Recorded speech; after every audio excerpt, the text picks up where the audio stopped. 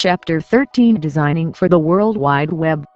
Launched in 1989, the World Wide Web was not originally designed with multimedia in mind, but rather as a simple method for delivering text documents formatted in HTML, with occasional inline graphic illustrations and figures. By 1995, because it was operational, essentially free, and good enough to support traffic, the web had become a full-bore information highway of words and pictures with tens of millions of users cruising along it. To fill this vacuum of content and presentation, inventive multimedia solutions and enhancements now compete for mind share, stretching the capabilities of HTML, web browsers, PCs, and the very fabric of the Internet in order to bring multimedia power to this environment. Plain text and pictures are no longer enough for this highway. Developing for the web. This chapter investigates and illustrates some methods for developing and presenting the basic elements of multimedia within the constraints of HTML, CSS, and the World Wide Web. This chapter is not intended to substitute for a more complete library of HTML, CSS, web design, and Internet how-to texts, but to present basic examples that will get you started. Learn how to use HTML tags with CSS styles rather than rely entirely on web page builders. And what you see is what you get. Editors that never expect you to look under the hood. HTML is a markup language.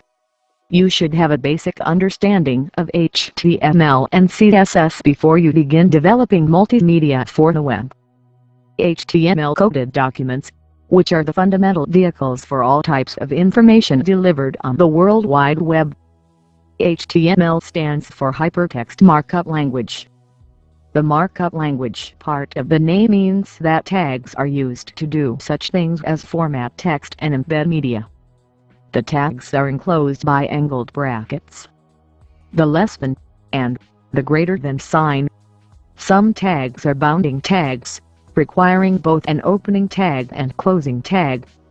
The closing tag is indicated by a leading forward slash inside the angled brackets. Note that the tags may be written in either upper or lower case. HTML and multimedia. HTML provides tags for inserting media into HTML documents, the img tag for inline images, the audio and video tags for multimedia, and the embed and object tags for compound document embedding used to insert a non-standard item such as a JAWS applet or flash animation into an HTML document. But it is not as simple as it seems. There is a difference between the way various versions of browsers handle multimedia elements and the plugins that play them.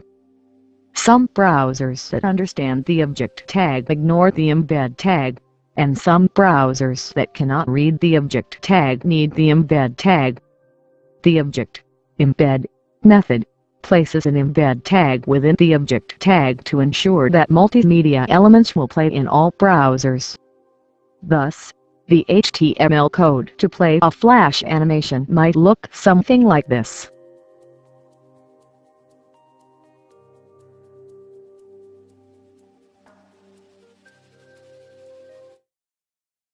The desktop workspace. Make your web pages look good on a 1024 by 768 display in true color. Working at this resolution, you will satisfy more than 95% of all desktop viewers.